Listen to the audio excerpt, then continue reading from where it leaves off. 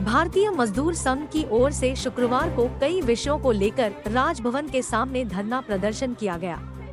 यह प्रदर्शन सरकारी विभागों में व्याप्त भ्रष्टाचार, झारखंड राज्य सहकारी बैंक की समस्याओं, मोटिया मजदूर, मनरेगा कर्मियों, कोयला उद्योगों में भ्रष्टाचार, कोयला चोरी रोकने सहित अन्य मुद्दों को लेकर किया गया।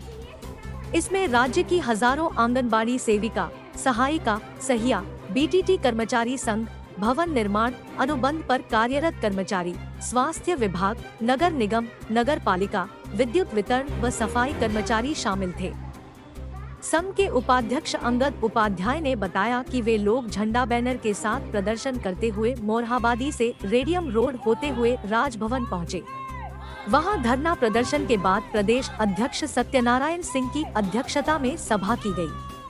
सभा के बाद राज्यपाल को 18 सूत्री मांगों के साथ ज्ञापन सौंपा गया। कर्मचारियों की मांगों पर विचार करने की अपील की गई।